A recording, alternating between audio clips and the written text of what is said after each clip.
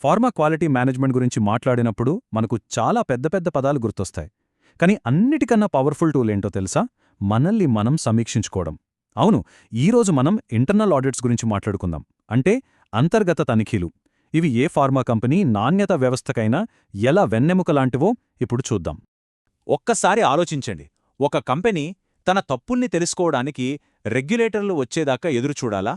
అంటే ఎవరో వచ్చి మన తప్పుల్ని ఎత్తిచూపేదాకా ఆగి అప్పుడు సరిచేసుకోవాలా?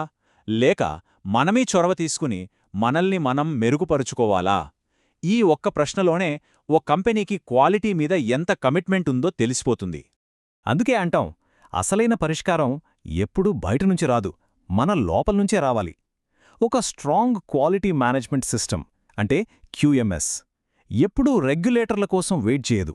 అది చాలా ప్రోయాక్టివ్గా ఉంటుంది. తన సమస్యల్ని తానే వెతుక్కుని సరిదిద్దుకుంటుందన్నమాట. సరే, ఇంత ప్రోయాక్టివ్గా ఉండటానికి మన దగ్గర ఉన్న ఆ కీలకమైన టూల్ ఏంటి? అదేనండి, ఇంటర్నల్ ఆడిట్. అసలు ఇంటర్నల్ ఆడిట్ అంటే ఏంటి? దాని నిర్వచనమేంటో ఇప్పుడు చూద్దాం. చాలా సింపుల్గా చెప్పాలంటే ఇంటర్నల్ ఆడిట్ అంటే ఒక ప్లాన్ ప్రకారం మన కంపెనీలోనే మనం చేసుకునే ఒక రివ్యూ. ఎందుకు చేస్తాం? మనం పెట్టుకున్న రూల్స్, ప్రొసీజర్స్ అన్నీ సరిగా ఫాలో అవుతున్నామా లేదా అని చెక్ చేసుకోవడానికి, అంతే. అయితే ఇక్కడొక పెద్ద అపోహ ఉంది.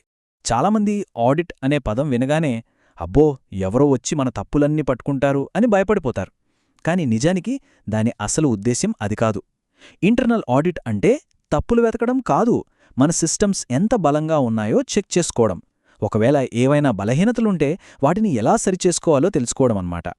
మరి ఈ స్వీయ తనిఖీలో ఎలాంటి ప్రశ్నలు వేసుకోవాలి? ఉదాహరణకు, మనం రాసుకున్న SOPలు అంటే స్టాండర్డ్ ఆపరేటింగ్ ప్రొసీజర్స్ షాప్ ఫ్లోర్లో నిజంగా పాటిస్తున్నారా?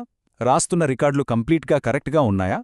ఒకవేళ ఏవైనా డీవియేషన్స్ వస్తే వాటిని ఆ క్యాపా ప్రాసెస్ని సరిగ్గా హ్యాండిల్ చేస్తున్నారా? ఇలాంటి ప్రశ్నలు వేసుకున్నప్పుడే మన సిస్టమ్ ఆరోగ్యం ఎలా ఉందో మనకు తెలుస్తుంది. సరే, ఇప్పటిదాకా ఇంటర్నల్ ఆడిట్ ఏంటో చూశాం. ఇప్పుడది ఎలా పనిచేస్తుందో చూద్దాం. అంటే ఒక ఎఫెక్టివ్ ఆడిట్ని ఎలా నిర్వహించాలి, దాని ప్రాసెస్ ఏంటి? ఒక ఇంటర్నల్ ఆడిట్ సక్సెస్ అవ్వాలంటే ఈ 5 విషయాలు చాలా ముఖ్యం. ఇవి లేకపోతే ఆడిట్ చేసినా వేస్ట్. 1.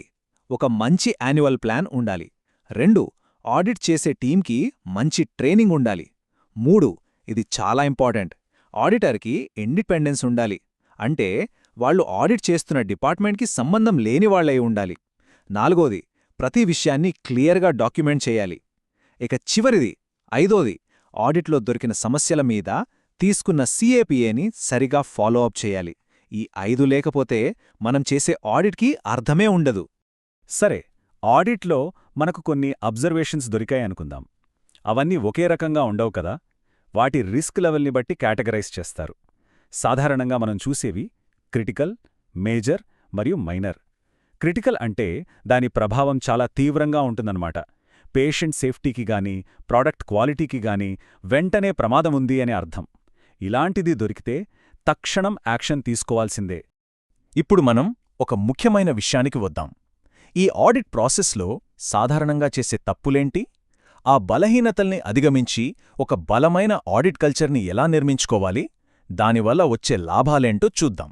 చాలా కంపెనీల్లో కొన్ని కామన్ తప్పులు చూస్తుంటాం. అవేంటంటే ఆడిట్ని పైపైన ఏదో మొక్కుబడిగా చేయడం, ఫైండింగ్స్ వచ్చాక వాటి మీద ఫాలో అప్ ఏమీ లేకపోవడం. మరీ దారుణమేంటంటే ప్రతి ఏటా అవే తప్పులు రిపీట్ అవుతూనే ఉంటాయి. ఇక రిపోర్ట్స్లో సరైన ఆధారాలు చూపించకపోవడం. ఇవన్నీ ఆడిట్ సిస్టమ్ని పూర్తిగా నీరుగార్చేస్తాయి, దాని అసలు ఉద్దేశాన్నే దెబ్బతీస్తాయి.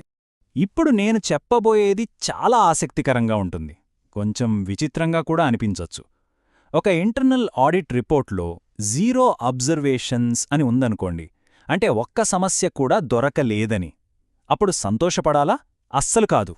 నిజానికి అది చాలా పెద్ద రెడ్ ఫ్లాగ్. ఎందుకంటే ఏ సిస్టమ్ కూడా 100కి 100% పర్ఫెక్ట్గా ఉండదు. ఒక్క సమస్య కూడా దొరకలేదంటే దాని అర్థం ఒకటే, ఆడిట్ సరిగ్గా లోతుగా జరగలేదని. ఈ ఒక్క మాట గుర్తుపెట్టుకుంటే చాలు. ఇంటర్నల్ ఆడిట్ అనేది శిక్షించే సాధనం కాదు, సమస్యలు రాకముందే వాటిని కనుగొనే ఒక భద్రతా సాధనం. చూసారా, ఇది పనిష్మెంట్ టూల్ కాదు, ఒక సేఫ్టీ టూల్. ప్రమాదం జరగకముందే మనల్ని మనం కాపాడుకోవడానికి మన చేతుల్లో ఉన్న ఒక అద్భుతమైన ఆయుధం. చివరగా ఒక్క విషయం గుర్తుంచుకోవాలి, ఏ కంపెనీ అయితే తనను తాను నిజాయితీగా సీరియస్గా ఆడిట్ చేసుకుంటుందో ఆ కంపెనీ ఎప్పుడైనా ఏ ఎక్స్టర్నల్ ఆడిట్కైనా రెడీగా ఉంటుంది. ఎందుకంటే వాళ్ళు ఎవరికోసమో కాదు, వాళ్ల కోసం వాళ్ళు సిద్ధంగా ఉన్నారు. సెల్ఫ్ డిసిప్లిన్ ఉన్నప్పుడు బయటి వాళ్ల తనిఖీల గురించి భయపడాల్సిన అవసరమే ఉండదు.